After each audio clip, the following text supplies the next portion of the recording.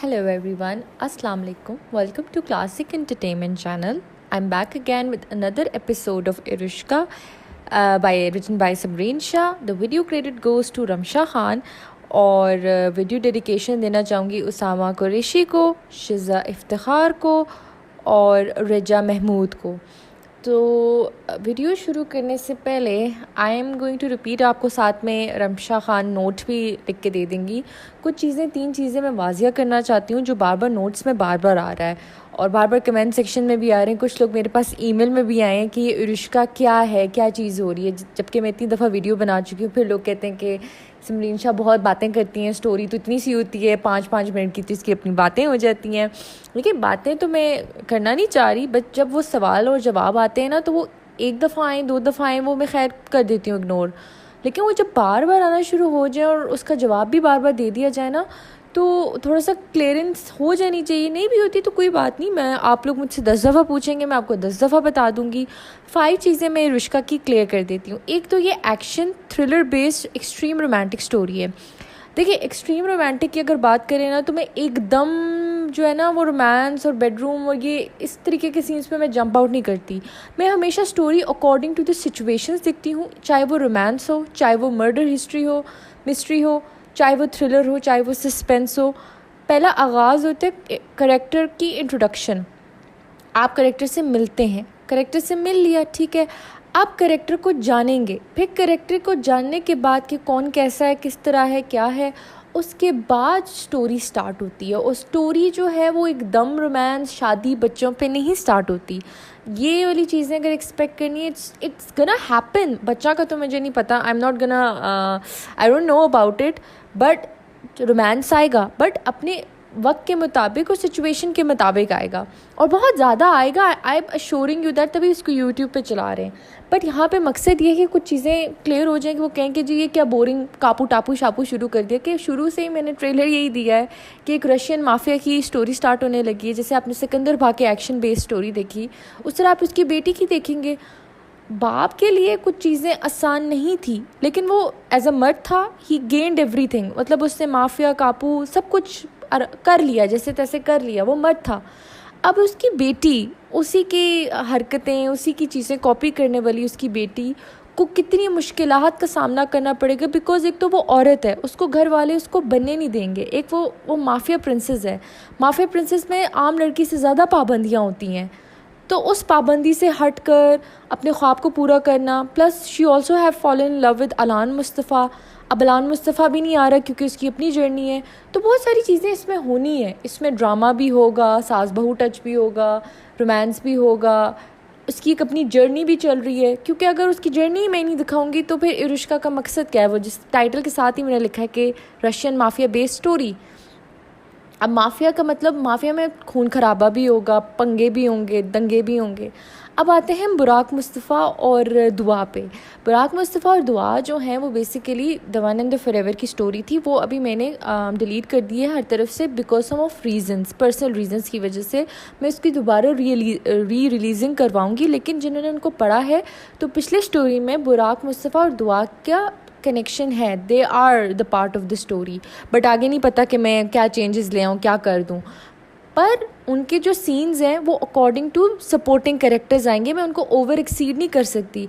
For example, novel ख़त्म हो जाए, मैं आपको पहले से प्रिपेयर कर रही हूँ, ख़त्म हो जाए और आपको कि ये क्या, दुआ और बुराक का तो कुछ दिखाया ही नहीं, इसका उसका फलाना का दिखाया नहीं, भा का बेटा नहीं दिखाया, हदाद और इसके बच्चे का ये नहीं दिखाया। नहीं नहीं नहीं नहीं, बिल्कुल भी नहीं।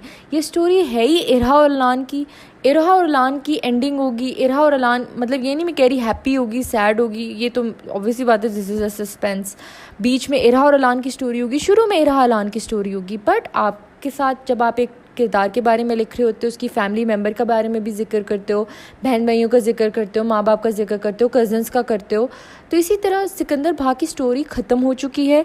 सिकंदर और रे के छोटे छोटे फ्यू सीन्स आ जाएंगे, बट ओवर एक्सीड नहीं करूँगी। मुस्तफ़ा, आसिफ और हया के भी सीन, उनके बाकी बहन भाई बच्चे, जो मेन लीड है जो बुराक मुस्तफ़ा, वो इम्पॉर्टेंट है अपनी स्टोरी के लिए। उसकी अपनी लव स्टोरी अभी नहीं चल रही। थोड़ा सा ग्लिम्स देती जाऊँगी, लेकिन उसकी अपनी लव स्टोरी मैं आप लोगों से वादा करती हूँ कि वादा करती हूँ कि इरुष्का ख़त्म होने के बाद तो मैंने खैर अपनी बाकी स्टोरी स्टार्ट करनी है। बीरू है, नूर चश्माम है। उसके बाद नेक्स्ट ईयर यानी 2024 में इसी यूट्यूब प्लेटफॉर्म में बुराक की ही स्टोरी आएगी, उसकी अपनी जर्नी। बिकॉज ऑब्वियसली बात है, वो एक ऑफिसर है and he has his own journey, उसकी एक अपनी लव स्टोरी है।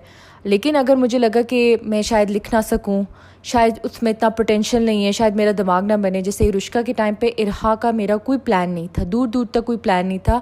हालांकि आप देखें कि सिचुएशन उसकी बचपन से बड़ी अकॉर्डिंगली बनाई हुई थी कि उसका हीरो कौन होगा, उसकी बचपन की स्टोरी क्या होगी, ख्वाब क्या होगा। लेकिन मैंने उसको स्टॉप लगा दिया था क्योंकि जहन में प्लॉट तो बनता है, लेकिन एक करेक्टर खुद ही ना चीख रहा हो कि जी मेरे बारे में लिखो, तो मैं उसके बारे में कभी भी नहीं लिखती। तो इरहा दाऊद जो है वो कह रही थी कि मेरी स्टोरी सुनाओ, दुनिया वालों को सुनाओ। I am not been dramatic, ये राइटर्स के साथ ऐसा होता है। आपने बहुत सारे राइटर्स के इंटरव्यू में भी पढ़ा होगा कि जब तक करेक्टर खुद डिमांड ना कर रहा हो चीख चीख के, मैं लोगों की तो नहीं सुनती, जब तक करेक्टर खुद जो है डिमांड ना कर रहा हो तब तक राइटर नहीं लिखता। तो अगर बुराक मुस्तफ़ा का पोटेंशियल हुआ, स्टोरी हुई, और इस इरुष्का की जर्नी के लिखने के दौरान अगर वो कहता है कि बस मेरा मामला यहीं तक ख़त्म कर दो, तो वो मैं ख़त्म कर दूँगी। लेकिन अगर वो कहता है कि नहीं, मेरी भी स्टोरी होनी चाहिए, जिस तरह का वो कैरेक्टर है ज़रा मिस्टर नार्सिसिस्ट, तो उसके बारे में भी लिखूंगी। और वो काफ़ी डिटेल्ड और लंबी लॉन्ग लव स्टोरी होगी, क्योंकि हर एक कैरेक्टर का हक बनता है। एक ज़माना हुआ करता था कि मैं एक ही कहानी में 2 कैरेक्टर्स लिख देती थी, लेकिन मसला पता है क्या होता था कि एक कैरेक्टर्स के साथ इंसाफ नहीं हो पाता था। कभी मेरे सेकेंड लीड्स को बहुत ज़्यादा पसंद कर लेते थे, मैंने मेन लिखा ही फर्स्ट लीड के लिए होता था, और अगर सेकेंड लीड के बारे में लिखो तो उसके साथ भी इंसाफ नहीं हो पाता था। तो ये जब रोयाए फिरदौस और आतिश दिलम की जर्नी, अगर वो भी स्टोरी नहीं पढ़ी तो आप लोग जाके मेरे फेसबुक पेज समरीन शाह पे चेक कर सकते हैं। तो उनके बारे में भी मैंने अलग स्टोरी लिखी, जबकि रीडर्स कहते हैं ये क्या, एक ही कहानी में 5-6 किरदारों की कहानियाँ ख़त्म कर दें। वो मेरा रूल नहीं है, क्योंकि मेरे करेक्टर्स ने अब थोड़ी आवाज़ उठाना शुरू की है कि भाई हर एक की कहानी को सेपरेट रखा जाए।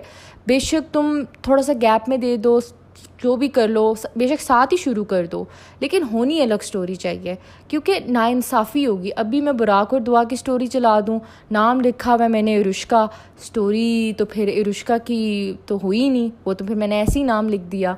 करवनते पर मैंने ऐसे नाम लिखा था, लेकिन इरुष्का का मतलब है कि ये इरहा दाऊद का ही नावल है, उसी की स्टोरी है, उसी का इख्तिताम होगा।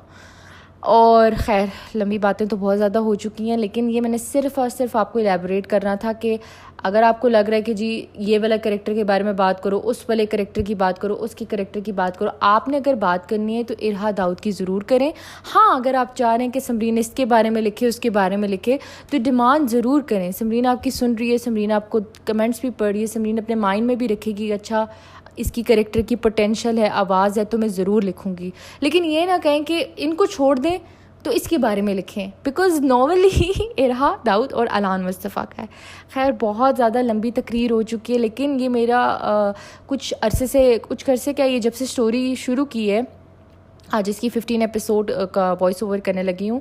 अच्छा, एक और मसला, कुछ लोगों को प्रॉब्लम हो रही है यूट्यूब पे पढ़ने की, क्योंकि आवाज़ का उनको इशू होता है, उनको मज़ा नहीं आ रहा। मैं आपको एक सजेशन दूंगी, बिकॉज़ हमारी मजबूरी है, हम लोगों को, इंडियन रीडर्स को, और बहुत सारे जो रीडर्स होते हैं जिनको उर्दू पढ़ने नहीं आती लेकिन वो उर्दू समझ जाते हैं, बहुत से श्रीलंकन रीडर्स हैं, बांग्लादेशी रीडर्स हैं, इंडियन है, और मैनी मोर हैं जिनको उर्दू आती है लेकिन वो पढ़ नहीं सकते। तो उनके लिए हम वॉइस ओवर्स कर रहे हैं, उनको हम पोटेंशियल दे रहे हैं, वरना इतना अलग से टाइम लगाना भी हमारे लिए काफ़ी डिफ़िकल्ट है। तो आप क्या करें कि वॉल्यूम जो है वो म्यूट कर दें और पॉज करके एक एक पेजेस को पढ़ें। एंड ट्रस्ट मी, इसी तरीके से मैंने 1-2 अपने राइटर्स की स्टोरी पढ़ के प्रैक्टिस की थी, तो बहुत ईजिली पढ़ लिया जाता है। और आप डाउनलोड भी कर सकते हैं अगर डाउनलोड का ऑप्शन अवेलेबल है, ताकि आपको लगे कि जी बिजली जा रही है, इंटरनेट का ख़र्चा हो रहा है, तो आप वो भी कर सकते हैं। तो ये है चॉइस। और ये था मेरा छोटी सी तकरीर, शायद मेरे ख्याल है 10 मिनट की भी हो गई होगी, लेकिन आप प्लीज़ इसको गौर से सुने और समझें कि कुछ चीज़ें जो हैं आप मुझे कहेंगे, वो तो मैं देख रही हूँ, अप्रिशिएट भी कर रही हूँ, and I am really happy कि आप लोग कह रहे हो कि जैसे अलान आए, और मुझे भी बड़ी एक्साइटमेंट हो रही है। और ये वाली एपिसोड बड़ी ख़ास होने वाली है, क्योंकि हमारा hero Alaan Mustafa is coming into his रियाज़ लाइफ, मतलब इरहा की ज़िंदगी में बस आने वाला है, और बहुत सारे तमाशे अब शुरू होने वाले हैं, ड्रामा असल में शुरू होने वाला है। तो तूफ़ान अब आ रहा है, तूफ़ान से पहले ज़रा आपको बीच की राइड दिखा दी, अब अब एक थ्रिलर स्टार्ट होगा। बट अगर आप एक्स्ट्रा बात करेंगे कि नहीं इसकी कहानी के किरदार के बारे में नहीं पढ़ना, तो वो तो मैं कुछ कर नहीं सकती, क्योंकि ये कहानी किरदार है ही इरहा और अलान का। बोरिंग लग रहे होंगे, I get that, every story is not every one's cup of tea, लेकिन बस ऐसी ही है। खैर, इरुष्का एपिसोड 15 बाय समरीन शाह। ओ हाँ जी, मैं इसलिए भी आई थी, मगर आप लोग इस वक्त घर पे नहीं थे और आपको पता है बाकी शरारती मुझे अंदर आने नहीं दे रहा था, तो मैंने सोचा जब आप लोग वापस आ जाएं तब मैं नोट्स ले लूँगी। इसने तेज़ी से जो जहन में आया बोलती गई। हया नाइट सिल्क की ड्रेस के ऊपर अच्छी तरह चादर किए, अपने ग्रे और ब्राउन बालों का ढीला जोड़ा बनाए। अलान के नैन रक्ष रखने वाली इरहा को बहुत प्यारी थी। हत्ता कि बुराक और अलान ट्विंस थे, मगर बुराक हूबहू मुस्तफ़ा आसिफ की जवानी था और अलान ने सिर्फ आंखों का रंग बाप से लिया था, मगर वो भी माँ की काली आंखों के बायस ज़्यादा गहरा था। अमीरा तो खैर अपनी अंग्रेज़ दादी पे गई थी। हया इसे जूस देने लगी। इरहा ने कांपते हाथों से लिया। क्या ज़रूरत थी आंटी, मैं बस जाने ही लगी थी। हया मुस्कुराई। ओ या जाओ, तुम्हारा घर है, खाली पेट तो जाने नहीं दूंगी। और ये सच था, चाहे वो सेकंड या घंटों के लिए आती, हया हमेशा इसकी खातिर करती। वही हाल इसकी मम्मी का था। इरा खड़ी हुई तो इसने सिस्की को मुश्किल से घूंट लेते हुए दबा लिया। हया ने बड़ा चौंक कर इसे देखा। ये तुम्हें चोट कैसे लगी बेटा? इरहा एकदम फ्रीज कर गई जब इसने हया की निगाह के ताक़िब के बजाय सीधा अपने पाँव की तरफ देखा। कहाँ आंटी, ये तुम्हारा बाजू। इरहा के बाजू की स्लीव्स पीछे हो गई तो देखा ये इसके फाइटिंग के दौरान जामनी नील पड़ गए थे। ओह शुक्र। वो कंधे उचकाकर मुस्कुराई। मुझे तो अभी आपके बताने पे पता चला। ये तो नॉर्मल है, मुझे तो बड़े बड़े ज़ख्म भी लग जाते हैं तो फ़र्क नहीं पड़ता। इसके नॉर्मल अंदाज पे हया शशद रह गई। क्यों फ़र्क नहीं पड़ता? तभी तुम अपने नाना से बहुत क्लोज़ हो, हर वक्त ऐसी चोटें ईजाद कर देती हो और वही पट्टी करते हैं। लड़कियों को ऐसी चोट आना अच्छी बातें नहीं है। उन्होंने किसी माँ की तरह इसे टोका। अरे मम्मी रहने दें, ये जो लोगों को ज़ख्मी करके आती है वो काबिल रहम नज़ारा होता है। सुना है तुमने रास्ते में किसी की धुलाई की? इरहा के हाथ से ग्लास छूटने लगा, लेकिन बर वक्त संभाल लिया। मतलब बुराक ने इसका पीछा किया। तेज से इसका चेहरा सुर्ख हो गया और उसने दांत पीसे। ऐसी कोई बात नहीं है, मन घड़त कहानियाँ ना बनाओ। और हया का मुँह खुल गया। इससे यकीन नहीं आया कि नाजुक सी, खैर नाजुक सी तो नहीं, बाज़ार देखने वाली इरहा दाऊद में हुस्न तो बला का था और वो मेकअप भी करती थी। बाकी इसमें कपड़ों और हरकतों से लेकर कोई भी अदा लड़कियों वाली नहीं थी। बुराक का तो कहना था कि ये मेकअप और बालों पे इन्वेस्टमेंट करना छोड़ दे, बेकार है। एक दफ़ा पासिंग आउट होने के बाद वो ऑस्ट्रिया आया तो इरहा को कहा तुम बाल कटवा लो और मेकअप छोड़ ही दो। वैसे ही तुम साबित करने में पागल हो रही हो, क्यों अपने माँ बाप समेत रशिया के लोगों को कन्फ्यूज कर रही हो? ऐसा भी नहीं है, मुझे भी शौक है बनने संवरने का। बस मैं चाहती हूँ लड़कियाँ धान पान ना हो, इन्हें पता हो कि ज़िंदगी की सख्तियों से कैसे मुकाबला लगाना है। तो शलवार कमीज़ में भी मुकाबला लगा सकती हो। अब ये ना कहना तुम अपने बाप के स्टाइल वाली शलवार कमीज़ पहनती हो। वो तैयार होने पे आती तो सबको पीछे छोड़ती थी, लेकिन वक्त के साथ इसमें एक अजीब सी सख्ती आ गई थी जो इसके घर के मर्दों से मैच करती थी। और हया ने भी ज़रा टोकना शुरू कर दिया। रिमशा तो खैर रोज़ाना अपना सर पीटती थी। अच्छा, वो एक लड़का आया था, इसने शायद तुम्हें देखा हमारे घर घुसते हुए। वो कह रहा है कि तुमने इसकी पिटाई लगाई थी सुबह। बुराक के कहने पर इरहा की जान में जान आई। शुक्र, मतलब वो नहीं जानता था, इसे नहीं पता था, मगर इसने हाल ही लफ्ज़ क्यों कहा? हाँ, वो एक बूढ़ी औरत से बंदा बदतमीज़ी कर रहा था। मैंने भी इसे सीधा किया कि अपनी नानी क्या सबकी नानी दादी की इज्जत करेगा। वो हमारे इलाके में क्या कर रहा था? आंटी आप ठीक है? इरहा ने बेफिक्री से कहते हुए हया के तासरात देखे जो बिल्कुल अजीब हो गए। मैं अभी आई, वो अजीब सर अंदाज में कहते हुए चली गई। इरहा को समझ नहीं आई क्या हुआ है। फिर सोचा होगा ज़रूर मम्मी की तरह परेशान हो गई होंगी। ये सच था, वो ज़रा सी चोटें भी नहीं देख सकती थी। एक दफ़ा बुराक को घुटने में मिशन में गहरी चोट लगी थी। हया बहुत बुरी तरह रोई थी, डिप्रेस हो गई थी कि यहाँ तक अलान को आना पड़ गया, मगर सिर्फ एक हफ्ते के लिए आया। अपनी माँ के साथ वक्त बिताया, फिर इसने माँ के इसरार पर बुराक पर चेक रखने के लिए पाकिस्तान भेज दिया। इरा से मुलाकात ना होने के बराबर थी। शायद वो भी इसके ज़ख्म देकर अपसेट हो गई हो। किसी ने इसके चेहरे के सामने चुटकी बजाई। तुम फिर आ गई? क्या कापू ने घर से निकाल दिया या घर में जगह कम पड़ गई? इरहा दबी आवाज़ में गड़ाई, ये तुम्हारा घर नहीं, मेरे 2 दोस्तों और प्यारे से अंकल आंटी का घर है। मैं अमीरा से कुछ नोट्स लेने आई थी। बुराक की मुस्कुराहट बिल्कुल कटीली शार्क जैसी हो गई। तुम अपने नाना के पास चेकअप ज़रूर करवाने जाओ, मुझे लगता है दिमाग के तारे ढीले हो गए हैं। अमीरा और तुम एक कॉलेज में पढ़ते हो मगर तुम इसकी सीनियर हो, तुम्हें क्या ज़रूरत इसके नोट की? हाँ, इसे हो सकती है। मैं ये जूस का ग्लास तुम्हारे मुंह पे फेंक दूंगी। जब तक तुम हो मैं यहाँ कदम नहीं रखूंगी। इससे पहले ये मनहूस कैप्टन जान लेता कि वो किस मिशन में थी, इसे यहाँ से निकलना होगा। अच्छा खासा म्यूजिशियन बन रहा था, ऐसी फील्ड में घुस गया जहाँ बाज की नज़रें अपनानी होती हैं। वो तेज़ी से यहाँ से भाग निकली। बुराक जेब में हाथ डाले इसकी पुश्त और इसके पाँव में हल्की सी लड़खड़ाहट देखने लगा। फिर झुक कर बेंच से इसने एड बॉक्स निकाला जो अलान के कमरे में पड़ा होता था। खोलकर देखा तो इसमें 2-3 खून से भरे कॉटन बॉल, कैंची, खुली हुई पट्टी और 3 गोलियां इस्तेमाल हुई थी। बुराक ने गहरा सांस लिया। तुम किन चक्रों में खुद को फंसा चुकी हो लड़की? मेरे भाई को तुम शादी से पहले रंडवा करके जान से मार दोगी। इसने बॉक्स बंद कर दिया। 40 मिनट पहले बुराक ने ड्राइंग रूम में जाकर बैग रखते हुए साइड पर्दे को हटाकर वैसे ही चेक करना चाहा क्योंकि इसे इरहा की आंखों के इरादे पढ़कर अच्छी फीलिंग नहीं आई थी। वो इसी समेत भागी जहाँ से बुराक ने इसे टोका था कि वो गलत रास्ता है और वो भी इसी पहर क्यों निकल रही है। इसके 50-50 गार्ड्स कहाँ मर गए? इसे इरहा गायब होती नजर आई। फिर इसने कहा दफ़ा करो, यही कहीं ऊट पटांग हरकतें करने गई होगी। मगर 5 साल पहले इसे अपने भाई के जुमले याद आए।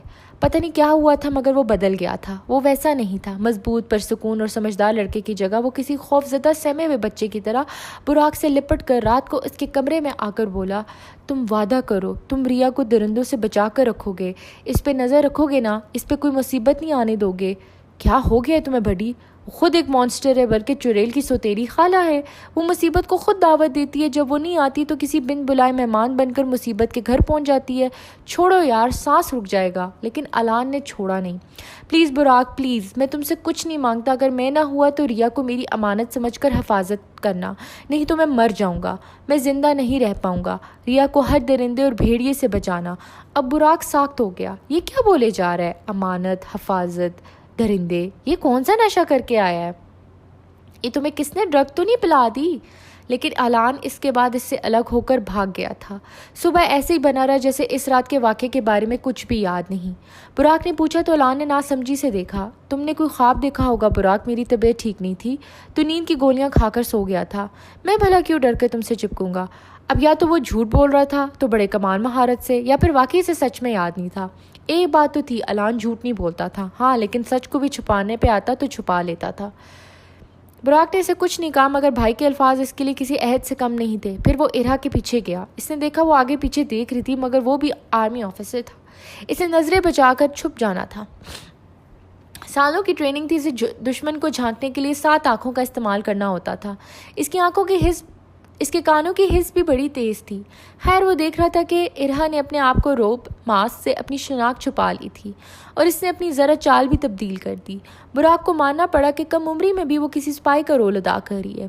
थोड़ा सा आगे चलकर एक ब्लू सेडान आई और इसमें जाकर बैठ गई। बुराक समझ गया इसने चमकते हुए मोबाइल स्क्रीन से मैप देख लिया था कि वो किसी ऊबर में बैठी है। वो जल्दी से अपनी गाड़ी मंगवाने लगा मगर सोसाइटी से बगैर मंगवाई। तब तक वो भागता रहा। गाड़ी तेजी से निकल चुकी थी और इतनी देर में बुराक की कार भी आ गई। बैठकर वो बोला, इस गाड़ी का पीछा करो। ड्राइवर ने चौंक कर इसे देखा। लेकिन सर, दैट्स इलीगल। बुराक ने अपनी पेन नीचे से उठाकर जराब से गन निकाली और फिर खुलकर मुस्कुराया। अगर गाड़ी मिस हुई तो तुम भी मिस हो जाओगे। धमकी काम कर गई। बुराक ने गन वापस रख ली। इसे निकलने से पहले अपने घर के दराज से निकाल कर ले आया था, वरना इसे गन की ज़रूरत नहीं थी। इसके हाथ पांव किसी हड्डियां तोड़ने के लिए काफ़ी थी मगर इरहा की मशकूक हरकतें थीं। इसे लग नहीं रहा था कि खाली हाथ काफ़ी होंगे, तो वो ले आया। अब इरहा की गाड़ी काफ़ी आगे चली गई थी। फिर वो इनकी सोसाइटी के साथ वाले टाउन में दाखिल हुए। जब तक बुराक पहुंचा इसे इरहा नज़र नहीं आई। इरहा ओल्ड कैसीनो पहुंच गई थी। वो लॉस वेगस और बाकी फिल्मों जैसा चमकता हुआ हरगिज नहीं था, बल्कि बैनर, भुजी हुई लाइट और ओल्ड बिल्डिंग पे बना हुआ था, जिसका खाली शीशे वाले घूमने वाला दरवाज़ा इसको ज़रा सा नया बना रहा था। बाकी दोनों तरफ तंग वैली के बीच बना हुआ था। इसके बाहरी सिगार पीते, कैप और बड़े कोट पहने बूढ़े और मिडिल एज बिजनेसमैन नजर आए जो बातें करते हुए सीधा अंदर जा रहे थे। ये वाहिद कसीनो था जो इस टाइम जाकर खुलता था। इरहा ने ज़रा सा फासले पे होकर इसकी 2 तस्वीरें लीं। गूगल में इतनी अच्छी तस्वीरें इसकी नहीं मिली थी, कोई 8 साल पुरानी थी जो इसे किसी की काम नहीं थी। पता नहीं इस कसिनो का नाम और एड्रेस था, तस्वीरें क्यों नहीं। तस्वीरें लेकर वो एक न्यूरो पाथ वे में घुसी। इससे पहले आगे बढ़ती, अचानक से दाएं जानब का दरवाज़ा खुला और एक औरत बाहर फेंकने के अंदाज में ज़मीन पर गिरी। वो काली औरत थी, इसके आधे कपड़े फटे हुए थे। अचानक एक दियो कामत आदमी गोश्त पोश से भरा शिकार का कश लेते हुए गलीज मुस्कुराहट देता इसे गाली देते हुए ठोकर मारने लगा। इरा एक लम्हे के लिए खौफ ज़दा हुई, मगर जो इसने नज़ारा देखा इसकी आंखों में गुस्से की शिद्दत से खून उतर आया। इसका कसूर नहीं था, इसके बाप से शायद वरासत में मिला हो कि वो जुल्म पर खामोश होकर नज़रें फेर कर आगे नहीं बढ़ सकती थी, ना ही चुप रह सकती थी। वो गोरा डच ज़बान में शायद इससे बात कर रहा था। मेरा पैसा वापस कर साली, नहीं तो इस बार तेरी बहन की चीखें निकालूंगा, तेरी मासूम 11 साला बहन। इसे ठोकर मारता वो घराया। वो औरत अपनी बहन की धमकी सुनकर वहशत से बुरक उठी। मेरी बहन को बीच में मत लाओ, जो करना है मेरे साथ करो। मेरी बहन को बीच एक ज़ोरदार थप्पड़ से इस औरत का निचला होंठ बुरी तरह फट चुका था। इससे पहले वो गलीद आदमी इसके होंठों से निकलता खून चखता। इरा पीछे से आई और इसने आओ देखा ना ताओ सीधा तेज़ ब्लेड इसकी पीठ पे घुसा दिया। वो तकलीफ से कराया, फिर मुड़ने लगा। इरहा ने इसकी गर्दन पकड़कर सारी जान लगाकर कटक करके इसको होशो खरू से बेगाना किया। दूसरी तरफ लड़क गया तो वो औरत चीखने लगी, श्श उठो, तुम सेफ हो। अगर अपनी ज़िंदगी बचाना चाहती हो तो जल्दी से उठो। एक नस्वानी आवाज़ सुनकर इस औरत ने हैरत से मास्क वाले काले रोब पहने हुए शख्स को देखा, जो लड़की तो दूर इंसान भी नहीं बल्कि मौत का फरिश्ता ज़्यादा लग रहा था। कौन हो तुम? पता नहीं, तुम चल सकती हो? इसने देखा वो बुरी तरह जख्मी थी, मगर वो हिम्मत करती उठी और बोली, मैं भाग सकती हूँ मम्मा, मुझे अपनी बहन को बचाना है। वो इसका रेप करके मार देंगे और मुझे इस जहन्नम में घसीट लेंगे। वो गिड़गिड़ाने लगी। देखने में वो इरहा से उम्र में 5 साल बड़ी लग रही थी, मगर कद इसका इरहा से छोटा था। इरहा की आंखें फैल गई।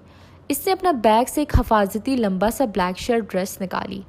इसे जल्दी से पहनो और सामने खड़ा हुआ ऊबर है, इसमें बैठ जाओ। मैंने रुकवाया था अपने लिए, मगर तुम्हारा निकलना ज़रूरी है, ये लो पैसे। मगर किसी ने ज़ोर से मुक्का इरहा की गर्दन के पीछे मारा। वो लड़खड़ाई ज़रूर, मगर ट्रेनिंग की वजह से इसने बर वक्त संभाल कर पीछे से कोहनी मारी। वही था जिसे इरहा ने बेहोश किया था, मगर वो जल्दी होश में आ गया। इस शख्स ने इरहा की कोहनी को डॉज किया और उसकी गर्दन पकड़ी। ओह, तो लिटिल बी ने हमला किया है। इसकी गलाजत से बड़ी नज़रें इरहा की शक्ल ही नहीं देख सकती थी, मगर इसकी आवाज़ और नाजुक गर्दन पकड़ के समझ गया वो लड़की है। अगर सिकंदर भाई को पता चल जाता, इसने वही हाथ काट कर गर्म तेल में फेंक देना था जिसने इसकी फूल सी बच्ची को छुआ, मगर इसकी फूल सी बच्ची खुद मुसीबत में घुस गई थी। इरहा ने ग्लव्स उतार कर नकल्स गाड़ी में पहन लिए थे। तेज़ी से ज़ोर से मुक्का इसके जबड़े पे मारा। गर्दन पे गिरफ्त ढीली हुई और इस आदमी के मुंह से खून निकलने लगा। कपड़े और मेरे बैग से चंद यूरो लो और भागो, इसने इस लड़की से कहा, जो फिरती से सेल्फिश बनकर बैग और ड्रेस दोनों लेकर भागी। इरहा का मुंह खुल गया। इसका ध्यान हटा, उसी आदमी ने इसे धक्का दिया और वो ज़मीन के बल गिरी। इससे पहले वो पीछे होती, इसने सीधा इसके पैरों पे ब्लेड मारा। गर्म तेजाब जैसी जलन से इरहा का सर चकरा गया। वो मोटा दियो इसके ऊपर गिरने लगा था जब पीछे से ऐन निशाने पे साइलेंसर के बायस गोली सीधा इसके जख्म पे लगी। वो दूसरी तरफ गिर गया तो इरहा तेजी से पीछे होकर उठी। इसे नजर नहीं आया कि इसे जख्म पे ही गोली लगी थी। वो समझी शायद जख्म और हमले की वजह से फिर बेहोश हो गया। मजीद खड़े होने का और इसके बंदोबस्त करने का रिस्क नहीं ले सकती थी, मगर वो एक ठोकर इसकी गर्दन पे जोर से मारकर ज़रूर भागी कि मरता तो ठीक, नहीं तो घंटों तक बेहोश पड़ा रहे। वो बाहर की तरफ आई तो रोड खाली थी और साइड पे इसका काला बैग पड़ा हुआ था। इरहा ने भागकर तेज उठाया, देखा तो शायद वही लड़की फेंक कर चली गई। इरहा ने तेजी से यहाँ से निकलते हुए चेक किया। 50 यूरो और एक मिनी ब्लेड के अलावा वो लड़की कुछ नहीं लेकर गई। इसका भी पता करना होगा वो सही सलामत घर पहुँच जाए और यहाँ से निकलने की करे, वरना वो इसकी और इसकी बहन का बहुत बुरा हशर करेंगे। मुझे कुछ करना होगा। किसी और मिशन के लिए आई थी, कोई और मामला बन गया। इसने अपना फ़ोन निकाल कर ऊबर मंगवाई और वाइटामिन पाउच निकाल कर पीने लगी। वो भूल गई थी कि इसके फर्स्ट एड सामान ख़त्म हो गया था। अब इसे ऐसी ज़ख्म तकलीफ़ में घर की तरफ जाना होगा। जब मज़ीद आगे चलकर वो गाड़ी में बैठी तो बुराक इसी वैली से बाहर निकला। इसका चेहरा ज़रूरत से ज़्यादा संजीदा था। इसने मुड़कर इस पीछे गिरे हुए आदमी को देखा, फिर सामने फटे हुए कैमरे को, जिन्हें अभी इसने खुद गोली से उड़ाकर फोड़े थे, और हीरा की एक तरह से ज़िंदगी और इज्जत दोनों बचाई थी। अगर वो ना आता तो ये सोचकर इसके रोंगटे सचमुच खड़े हो गए थे कि क्या होता फिर।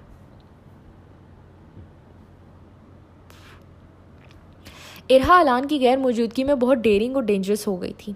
अलान के साथ वो फिर काबू में रहती थी। नॉर्मल दुनिया में रहकर टॉम बॉय वाली हरकतें करती थी। ये तो सचमुच इस राह पे निकल रही है जिस पर निकलना इसके लिए बिल्कुल ठीक नहीं था। मजाक तक तो ठीक था, मगर इरहा का महारत से इसकी इलेक्ट्रिक बाइक चुराना, किसी भूत की तरह गायब हो जाना, अंधेरे में स्पाई का रोल अदा करना, फिर किसी लड़की की जान बचाना किसी आम बंदे की अलामत नहीं था। इसका बाप दुनिया को जलाकर राख कर देगा अगर इसे कुछ हुआ, और मेरा भाई खुद को मार देगा अगर इसकी इज्जत और ज़िंदगी पे हर्फ आया। एली बॉय, तुम्हें आना होगा, नहीं तो पागल लड़की को मैं बचा नहीं सकूंगा। अलान मुस्तफ़ा। मेरी नाइट ड्यूटी ER डिपार्टमेंट में लगी हुई थी। फ़ोन मैंने अपने ऑफिस में छोड़ आया था क्योंकि नाइट ड्यूटी में फ़ोन इस्तेमाल करने की इजाज़त नहीं थी। रह रहकर दिमाग में इरहा के रिप्लाई का इंतज़ार कर रहा था। मुझे पता लग गया था कि ब्लॉकेज में ज़रूर कापू सिकंदर हदीद आलम का हाथ होगा। इसके अलावा क्या वजह हो सकती है? रिया ने मुझे हॉस्पिटल कॉल की, उसके बाद इतना महंगा तोहफा भेजा, वो भला फिर क्यों मुझसे कट ऑफ रखेगी? इसलिए मैंने फिर इसे ईमेल किया, मगर पूरा दिन गुजारने के बावजूद इरहा ने जवाब नहीं भेजा। पता नहीं रह रहकर इसकी तरफ ख्याल जा रहा था।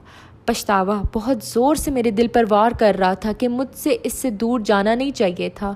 दूसरी तरफ मेरा गिल्ट फिर मुस्कुराने लगता। अगर इरहा दाऊद पे वैसी ना नज़रें टिकाई होती, अपने नफ्स पे काबू किया होता, तो आज ये दुनिया जहर के घूंट लेकर ना बर्दाश्त करना होता। नर्स एल्मा भागते हुए मेरे सामने आई। डॉक्टर ई। वो मेडिकल स्टोरेज का दरवाज़ा नहीं खुल रहा। वो क्यूट सी छोटे कद की मिडिल एज खातून थी जो यहाँ की सीनियर नर्स थी, और सबसे ज़्यादा मुझसे डरती थी बकौल मेरे कोलीग्स और सीनियर्स के। इसकी वजह से मैं जान पाया क्योंकि वो मेरे से तो अच्छे से मिलती थी, सवाल जवाब भी आराम से किया करती थी और मदद के लिए भी आया करती थी। जैसे कि अब आपने जोर लगाया किसी स्टाफ वगैरह ने लॉक ना कर दिया हो। स्टेथोस्कोप गर्दन में डालकर इनके साथ चलते हुए बोला, ओ नो, जैम हो गया होगा, क्योंकि लॉक तो खोल कर देख लिया, मुझे कोई मदद के लिए नजर नहीं आया। सब बेचारे बच्चा लोग खाना खाते दरवाज़ा खोल के कहाँ हिम्मत लाएंगे। आप तो खुदा के करम से मैन ऑफ स्टील हो, आपके लिए तो बाएं हाथ का खेल है। वो स्क्रब से निकली मेरी वर्जिशी बासों की तरफ इशारा करते हुए बोली। मैं हंस पड़ा। थैंक यू एल्मा, लेकिन कोई भी खोल सकता है लॉकर। अगर इशू बार बार करे तो कंप्लेन कीजिएगा। स्टोरेज इमरजेंसी के लिए बहुत ज़रूरी है। यस यस बिल्कुल। फिर दरवाजे के हैंडल पकड़ के मैंने हल्का सा धक्का दिया तो वाकई जैम था। मैंने जोर डाला, 1 बार, 2 बार, 3 बार, तब जाकर खुला। वो मुस्कुराई। तुम सुपरमैन हो, कुछ निकालना हो तो बता दीजिएगा।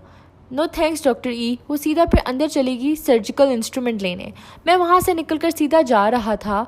जब रिसेप्शनिस्ट से एक्सरे की फ़ाइल मंगवाने लगा तो कैरेमल ने मुझे बताया कि बुराक की कॉल आई थी। वो कह रहे थे जैसे ही आप फारिग हो इनके फ़ोन पे कॉल करें। मैंने घड़ी में वक्त देखा, फिर चौंका। अच्छा ठीक है, कोई केस आए तो मुझे बेल मार दीजिएगा, मैं 5 मिनट में आता हूँ, और केस ना भी हो तब भी बुला लीजिएगा। वो जानती थी कि मैं काम के दौरान कोताही नहीं करता था, ना बर्दाश्त करता था। ओके। सीधा अपने कॉमन रूम पहुंचा और लॉकर रूम से बैग से सैनिटाइज़र लगाकर फ़ोन निकाला और देखा बुराक की 4 मिस कॉल्स आई हुई थी। हैं, इसे क्या हुआ? वो तो कभी इतना पागलों की तरह कॉल नहीं करता था। मामला क्या है? ज़रूर फिर नई शरारत की होगी। इसका नंबर मिलाकर कानों से लगाकर रुमाल अच्छी तरह लेदर सीट पर मारकर बैठा, फ़ोन उठा लिया। अस्सलाम वालेकुम, कैरेमल ने बताया तुम्हारी कॉल आई थी। वालेकुम अस्सलाम। हाँ, मुझे कुछ ज़रूरी बात करनी थी। मैंने चौंक कर इसके लहजे और अंदाज पे गौर किया। ना इसकी आवाज़ में जोश था, ना इसने कैरेमल नाम पे मजाक उड़ाया था। कुछ तो गड़बड़ थी। खैर सब ठीक है ना? मम्मी, पापा, अमीरा और मेरी रिया? नहीं, मेरी रिया को तो कुछ नहीं होगा। बुराक को इसके मामले में इतना फ़र्क नहीं पड़ता। हाँ ठीक है, वो बस बताना था ऑस्ट्रिया आ सकते हो। क्या मामला था बुराक? मुझे इसकी बात से हैरत हुई। मम्मी ने तुम्हारी कोई रिश्ते की बात की है मामू की बेटी से? रिश्ता कहाँ से आ गया? अभी बच्चा हूँ, सब छोड़ो, बताओ आ रहे हो या नहीं? मैं कैसे आ सकता हूँ बड़ी, तुम जानते हो ना मेरी मजबूरियाँ। मैं वहाँ आया तो अपनी रिया को फिर खुद से जुदा नहीं कर पाऊँगा। मैं इसे अपने वजूद से जुदा नहीं कर सकूँगा। अब आऊँगा तो हमेशा के लिए इरहा को अपना बनाने के लिए आऊँगा। ये इतना लंबा गैप क्यों दे देते हो? तुम बोल भी चुको। ड्यूटी है मेरी, इस कदर बेबसी से कहा था, वरना मेरा दिल हुमक रहा था कि अपनी रिया का दीदार कर लूँ। अलान, इरहा के बारे में बात है। मुझे करंट लगा इसकी बात से। मैं 2 मिनट तो बोल ही नहीं सका। हेलो अलान, तुम सुन रहे हो?